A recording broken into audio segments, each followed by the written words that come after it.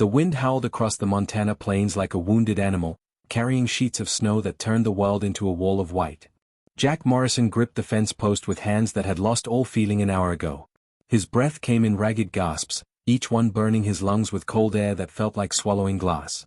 He was 62 years old, and he'd survived 40 Montana winters on this ranch, but he'd never seen a blizzard come on this fast or this fierce. The cattle were out in the far pasture. He'd counted them that morning, 214 head, each one representing years of careful breeding, countless pre-dawn mornings, and the difference between keeping the ranch or losing it to the bank. They needed to be brought in before the storm buried them alive. Jack had sent his only ranch hand, Tommy, into town that morning for supplies. Now he was alone, and the storm had arrived 6 hours early, just like everything else that had gone wrong this year. His wife Sarah had begged him not to go out. She'd stood in the doorway of their farmhouse, her face tight with worry, and told him to let the cattle take their chances. But Jack couldn't do that. This ranch was all they had left. Their son had died in Afghanistan 7 years ago. Their daughter lived in Seattle with a husband who worked for some tech company Jack couldn't pronounce. The cattle, the land, the rhythm of seasons and birth and growth, this was their life now. Letting the herd die meant letting go of everything they'd built together across 4 decades. So he'd kissed Sarah's forehead, promised he'd be careful, and walked out into the gathering storm. That was 2 hours ago. He'd managed to round up most of the cattle, pushing them toward the barn with his horse, a steady mare named Belle who'd carried him through countless storms before. But Belle had stumbled in a hidden ditch, throwing Jack hard against the frozen ground. The horse had recovered and run off, spooked by the wind and the crack of thunder that split the sky. Jack had felt something tear in his chest when he hit the ground, a sharp pain that made his vision go dark at the edges. He'd gotten up anyway. He always got up. His father had taught him that on this same land 50 years ago. A rancher doesn't quit because something hurts. A rancher finishes the job. So Jack had walked, following the fence line toward the barn, using the posts to keep himself upright and moving in the right direction. The world had become a spinning blur of white and gray. His chest felt like someone was standing on it. Each breath was a battle he wasn't sure he was winning. The cold was different now. It had moved past pain into something almost peaceful. Jack knew what that meant. He'd lost 2 fingers to frostbite when he was 19, and he remembered this feeling, the moment when the body starts giving up, when the cold stops hurting and starts feeling like sleep. He saw the barn's dark shape through the swirling snow, maybe 50 yards ahead. 50 yards might as well have been 50 miles. His legs stopped working. Just stopped, like someone had cut the strings holding up a puppet. Jack went down hard, his face hitting the snow. He tried to push himself up, but his arms wouldn't respond. The cold wrapped around him like a blanket. He thought about Sarah, probably standing at the window, watching for his return. He thought about the cattle, most of them safe in the barn now, thanks to his work. He thought about his son, and wondered if this was how it felt at the end, this strange peace. The snow covered him gently, flake by flake, and Jack Morrison closed his eyes. Consciousness returned in pieces. First came the warmth, so unexpected that Jack thought he must be hallucinating. Then came the pain in his chest, sharp and immediate, which meant he was alive. His eyes fluttered open to see rough wooden beams overhead, the barn. He was in the barn, lying on a bed of hay bales with horse blankets piled over him. But he had no memory of getting here. A face appeared above him, young and unfamiliar. A man, maybe 30 years old, with dark eyes and skin weathered by sun and work. He wore a canvas jacket too thin for the weather and a wool cap pulled low over black hair. When he spoke, his accent carried the musical lilt of Spanish, each word carefully chosen. "You are awake. This is good. I thought maybe you were gone." Jack tried to sit up, but the pain in his chest slammed him back down. The stranger put a gentle hand on his shoulder. "You have hurt something inside, I think. You must stay still. I brought you here from the snow. You were very cold." The man pulled the blankets higher around Jack's shoulders. "My name is Miguel. I was passing on the road when the storm came. I saw your ranch and came to ask for shelter. I found you instead." "The cattle," Jack managed to croak. His throat felt like sandpaper. "The cattle are here," Miguel said, gesturing toward the stalls. "Most of them. I counted maybe 180. There are more out there still."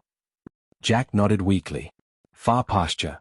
30, maybe 40 head." Miguel's face grew serious. He looked toward the barn doors, where the wind was trying to tear them off their hinges. "I will go find them." "You can't," Jack said, forcing the words out despite the pain. "You'll die out there. You don't know the land." I know cattle, Miguel replied. I worked on a ranch in Chihuahua since I was 8 years old. I know how to find them, how to move them. If I do nothing, they die for certain. If I try, maybe they live. He stood up, adjusting his too-thin jacket. Your wife came to the barn 1 hour ago. I told her you were alive. She wanted to come back out, but I told her to stay in the house, to call for doctor. The phone lines are down, but she will keep trying. Wait, Jack said. Why are you doing this? You don't know me. This isn't your ranch. Miguel paused at the barn door. Through the gap, Jack could see the storm still raging, though perhaps not quite as fierce as before. The stranger turned back with a sad smile. 3 years ago, I had a ranch. Not big like this, but mine. My family's for 5 generations. A drought came. Then the debts.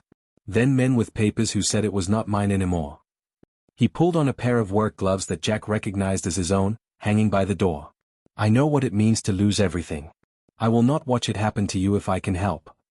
Before Jack could respond, Miguel pushed out into the storm. The barn door slammed shut behind him, and Jack was alone with the cattle and the howling wind. He tried to move again, but his body refused. Whatever he'd torn in his chest when Belle threw him, it wasn't going to let him be a hero today. All he could do was lie there and pray that this stranger who'd appeared out of nowhere would survive the killing cold. Time passed strangely. Jack drifted in and out of consciousness, sometimes dreaming about his son, sometimes about Sarah, sometimes about his father teaching him to mend fences in the summer sun. Each time he woke, he counted the cattle he could see. 183 by his last count. Not enough. Not nearly enough. Then the barn door crashed open, and Miguel appeared, covered head to toe in snow and ice. Behind him, a small group of cattle stumbled into the warmth, their breath coming in great plumes of steam. Miguel shut the door and leaned against it, exhausted. 15, he gasped. I found 15 more. They were huddled in a ravine. That's not all of them, Jack said. I know. Miguel's face was grim. But the storm is worse now. I cannot see 5 feet ahead. I will try again when it calms. He moved among the cattle, checking them with practiced hands, talking to them softly in Spanish. Jack watched him work and felt something shift in his chest that had nothing to do with his injury. This man, this stranger, was risking his life for animals that weren't his own, for land he had no stake in, for people he'd never met before today. Where were you going? Jack asked. When the storm caught you. Miguel didn't look up from examining a calf's frost-damaged ear. North. I heard there was work in Alberta. Ranches that need hands who know cattle and do not ask for papers. He shrugged. I cannot go home to Mexico. There is nothing there for me now. So I keep moving, keep working. It is what I know how to do. Jack understood that feeling in his bones. The storm raged through the afternoon and into the night. Miguel made 3 more trips into the blizzard, each time returning with a few more cattle, his face more weathered by wind and ice. By the time darkness fell completely, he'd recovered all but 12 head. Jack knew those 12 were gone, either buried under snow or scattered so far that no one would find them until spring thaw. But 198 surviving cattle meant the difference between foreclosure and survival. Miguel had saved the ranch, and probably Jack's life along with it. The stranger had built a small fire in a metal barrel, carefully positioned away from the hay, and was warming his hands over the flames. His jacket was soaked through, and Jack could see him shivering despite his best efforts to hide it. There's a coat, Jack said, his voice still weak. In the tack room. Heavy sheepskin. Take it. Miguel shook his head. I cannot take your things. You already took my gloves, Jack pointed out. And you're using my hay to keep warm. The coat's just hanging there. My son's coat. The words came out harder than he intended. His not coming back for it. Something in Jack's tone made Miguel stop arguing. He found the coat in the tack room, a heavy brown sheepskin with wool lining that had cost Jack $300 8 years ago. When Miguel put it on, it fit him perfectly. He was almost the same size David had been. Almost the same age David would be now, if the roadside bomb in Kandahar had missed its mark. Your son, Miguel said quietly. Where is he now? Arlington National Cemetery, Jack replied. Section 60, row 15. He'd memorized the location the way some men memorize their wedding anniversary. Every detail burned into his mind during the worst day of his life. Miguel crossed himself and bowed his head briefly. When he looked up, his eyes were wet. I am sorry. To lose a child, there are no words for this pain. He sat down on a hay bale near Jack. I have a son too. back in Chihuahua with his mother. She left me when the ranch failed. Took Marco to live with her parents in the city. He is 6 now. I have not seen him in 8 months. They sat in silence for a while, two men who'd lost everything important, keeping each other company while the storm tried to tear the world apart outside. The cattle shifted and settled in their stalls, warm and safe because Miguel had refused to let them die.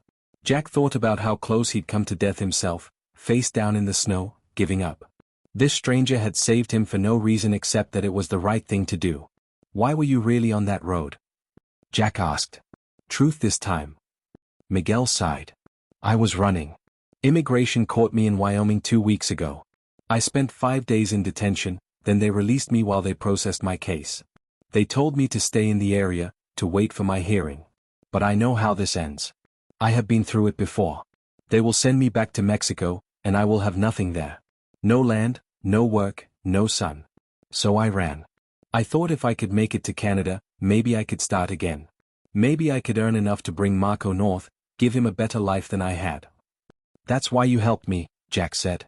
You thought if you kept moving, if you didn't stop, you couldn't get caught. No, Miguel said firmly. I helped you because you needed help. Because I saw a man dying in the snow, and I could not leave him there.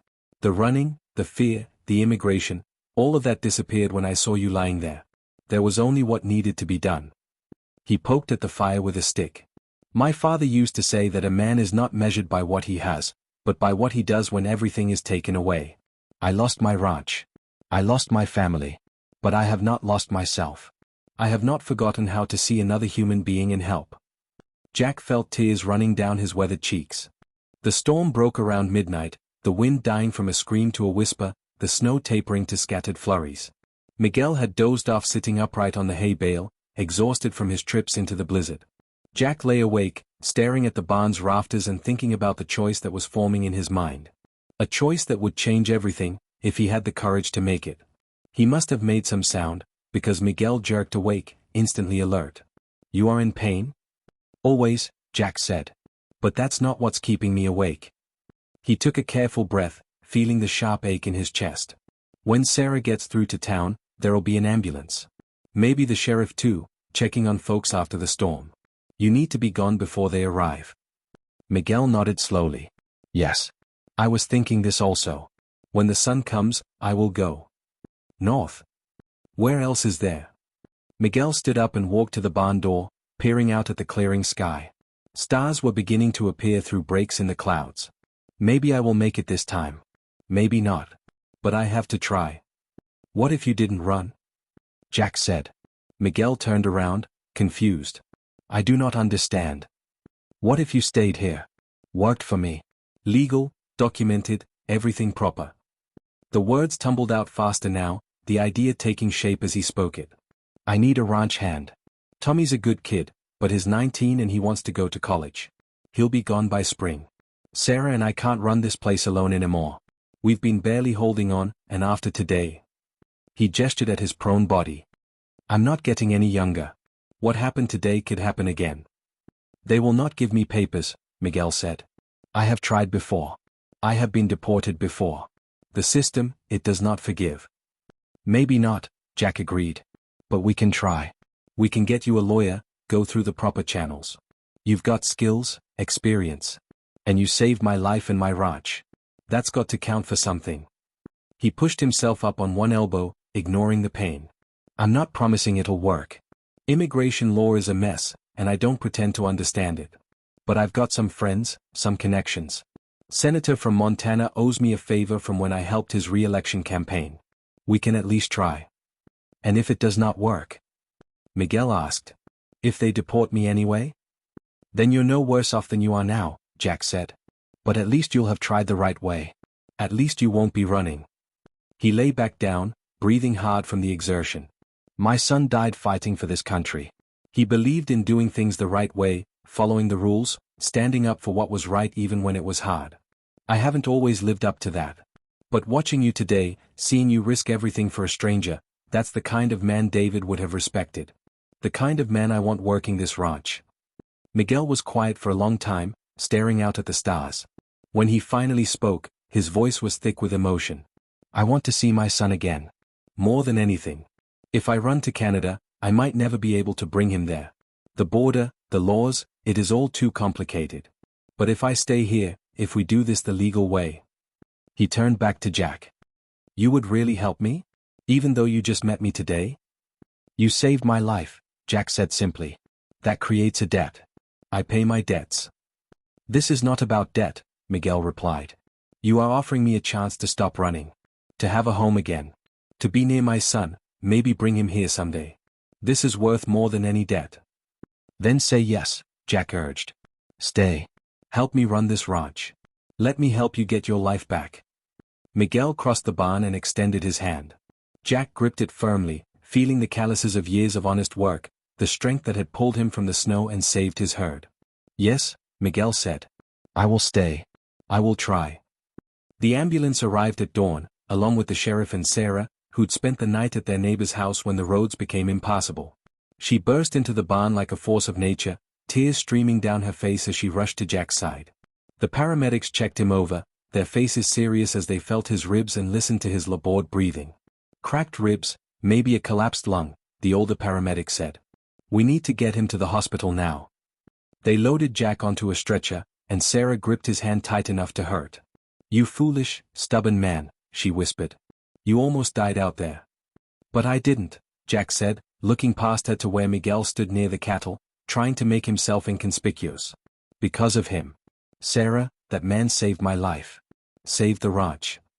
The sheriff, a heavy-set man named Bill Patterson who'd known Jack for 30 years, followed Jack's gaze. He walked over to Miguel with the careful, assessing look of a lawman who'd seen too much not to be cautious. You the one who pulled Jack out of the snow? Yes, sir, Miguel said quietly, not meeting his eyes. Where you from? Miguel hesitated, and Jack could see him weighing his options. Running or standing firm. Lying or telling the truth. Finally, he straightened his shoulders and looked the sheriff in the eye. Chihuahua, Mexico. I am here without papers. I was detained in Wyoming 2 weeks ago. I was supposed to wait for a hearing, but I ran. I know this makes me illegal. I know you can arrest me. But I did not leave Mr. Morrison to die. Whatever happens to me now, I want you to know that. Bill Patterson studied Miguel for a long moment, then looked at Jack being loaded into the ambulance. You know how many cattle Jack Morrison had in this barn when I checked on him last month? No, sir. 214. I know because I helped him count them for his insurance policy. The sheriff walked to the nearest stall and did a quick visual count. Looks like you got about 200 still alive here. That's pretty damn remarkable, given what that storm did. Lost a few head, but saved the rest. Saved Jack too. He pulled out his radio, and Miguel tensed, ready to run. Dispatch, this is Patterson. Tell County I'm going to be delayed this morning. Got a situation out at the Morrison Ranch that needs my personal attention. Copy that, Sheriff, the radio crackled. Everything okay out there? Everything's fine, Bill said, looking at Miguel. Just helping a neighbor with his cattle. I'll be back in town this afternoon. He clipped the radio back on his belt. Here's what's going to happen. You're going to help me finish checking these animals, make sure they're all in good shape after their ordeal. Then you're going to help me get Jack's chores done, because it's going to be laid up for a while. After that, we're going to have a conversation about getting you some legal help, because apparently Jack Morrison thinks you're worth fighting for, and I trust his judgment more than I trust the federal government's. Miguel's mouth opened, but no words came out. I'm not saying this is going to be easy, Bill continued. Immigration's a mess, and I can't make any promises. But I've been sheriff in this county for 18 years, and I know one thing for certain. The law is supposed to serve justice, not prevent it. A man who saves lives and saves ranches is the kind of man we need more of around here, papers or not. So we're going to do this right, but we're going to do it smart. Understand? I understand, Miguel whispered. Thank you. From the ambulance, Jack watched through the open barn door as Sarah approached Miguel. She was a small woman, barely 5 feet tall, but she had the presence of someone twice her size. She looked up at the stranger who'd saved her husband and grabbed him in a fierce hug. Miguel stood frozen for a moment, then his shoulders shook, and Jack realized he was crying.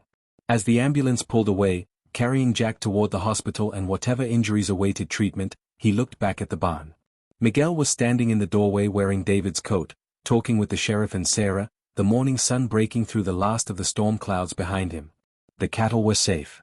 The ranch would survive. And for the first time since David died, Jack felt like maybe, just maybe, life was offering them all a second chance. 3 months later, Jack stood in a courtroom in Billings, his ribs healed and his strength mostly returned. Miguel sat at a table with a lawyer Sarah had found, a fierce woman from Missoula who specialized in immigration cases. The hearing had lasted 2 days, filled with testimony about Miguel's character, his work ethic, his actions during the blizzard. The senator had written a letter. Bill Patterson had testified. Even Tommy, Jack's young ranch hand, had spoken about how much he'd learned from Miguel in just a few months. The judge, a gray-haired woman with tired eyes, reviewed her notes one last time. Mr. Mendoza, you entered this country illegally.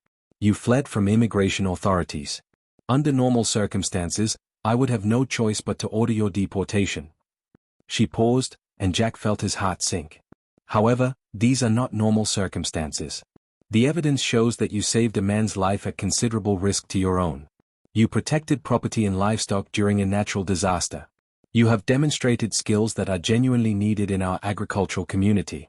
Most importantly, you have shown character and integrity even when you had every reason to simply keep running. She closed the folder. I'm granting you a work visa under the special skills provision, with a path to permanent residency if you maintain steady employment and clean legal standing for 3 years. Additionally, I'm approving your petition to have your son visit you here in the United States while we process his application for legal residency.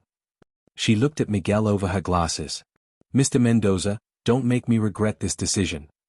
Miguel couldn't speak. Tears ran down his face as he nodded, over and over. The lawyer squeezed his shoulder. Sarah grabbed Jack's hand and held it tight. And Jack thought about the strange way the world worked sometimes, how a blizzard could take everything away and give it all back in the same breath. 6 months after that, Jack stood in the same spot where he'd collapsed in the snow. But now it was summer, the grass green and high, the cattle spread out across the pasture like brown and white flowers. Beside him, Miguel held the hand of a small boy with his father's dark eyes and his mother's smile. Marco was 7 now, and he was learning English fast, picking it up from the kids in town and from Sarah, who'd taken to him like the grandson she'd never thought she'd have. This is where you found Grandpa Jack? Marco asked, looking at the fence post. Yes, Miguel said. Right here. He was covered in snow, almost gone. But I brought him to the barn, and he got better. And then you became friends. More than friends, Jack said, ruffling the boy's hair. We became family. Miguel looked at Jack, and in that look was everything that couldn't be said in words. Gratitude, yes, but more than that. Brotherhood. The kind of bond that forms when 2 men who've lost everything help each other find it again. Miguel had his son now, and papers that said he belonged here. Jack had help running the ranch, and something he'd thought he'd lost forever, the sound of a child's laughter in the fields where his own son had once played. Come on, Sarah called from the porch. Dinner's ready. They walked back to the house together, the man who'd almost died, the stranger who'd saved him, and the boy who represented their shared future. The ranch stretched out around them, alive and thriving, proof that sometimes the worst storms bring the greatest gifts. Sometimes the stranger who appears out of nowhere is exactly who you needed all along. And sometimes, losing everything is just the beginning of finding something better than what you had before. The snow would come again in a few months.